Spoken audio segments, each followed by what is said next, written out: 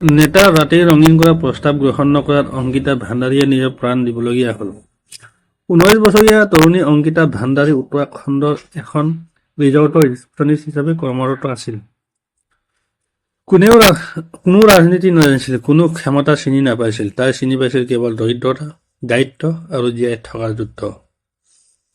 দৰিদ্ৰ পৰিবাৰৰ মুখত হাঁহি বিৰিঙাবলৈ তাই চাকৰিত যোগদান কৰে উত্তৰাখণ্ডৰ এক বিশাল অত্যাধুনিক হোটেলত, যিখনৰ মালিক বিজেপি বিধায়কৰ পুত্ৰ।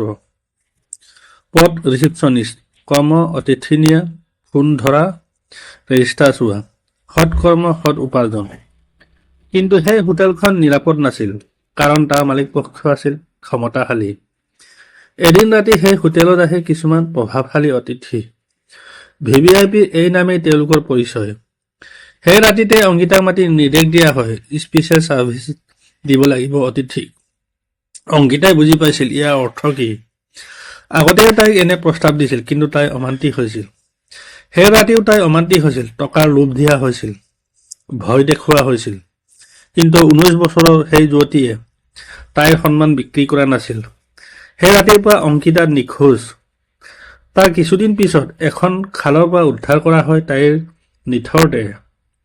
হত্যা, দেহ উত্থাল হয়, প্ৰতিবাদ হয়, কেইবাজনক গ্ৰেপ্তাৰ কৰা হয়। তাৰ পিছত আহে বুলডোজাৰ।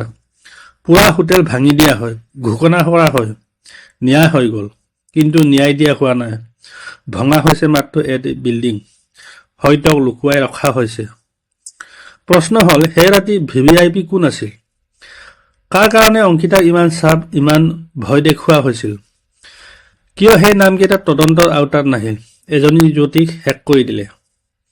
যিসকলে সনাতনী নাৰীৰ সুৰক্ষাৰ কথা কৈ থাকে, সেইসকল নীৰৱ কিয়? অংকিতা সনাতন পৰিয়ালৰ যুৱতী নহয় নেকি? ধৰ্মৰ তথাকথিত ঠিকাদাৰসকল জড়িত কাৰণে মৌন নেকি RSS, বজৰং দল, বিশ্ব হিন্দু পৰিষদ বা অন্ধভক্ত গেং? মই এজন ভাৰতীয় নাগৰিক হিচাপে কৈছো, এইটো অংকিতা ভাণ্ডাৰী হত্যাকাণ্ড নহয়। এইটো এটা সতৰ্কবাণী। সকলো সজাগ হওক, নহ'লে অনাগত দিনত এনেকুৱা হাজাৰ হাজাৰ অংকিতা নৰক সাধকৰ ৰাতিৰ আহাৰ হ'ব।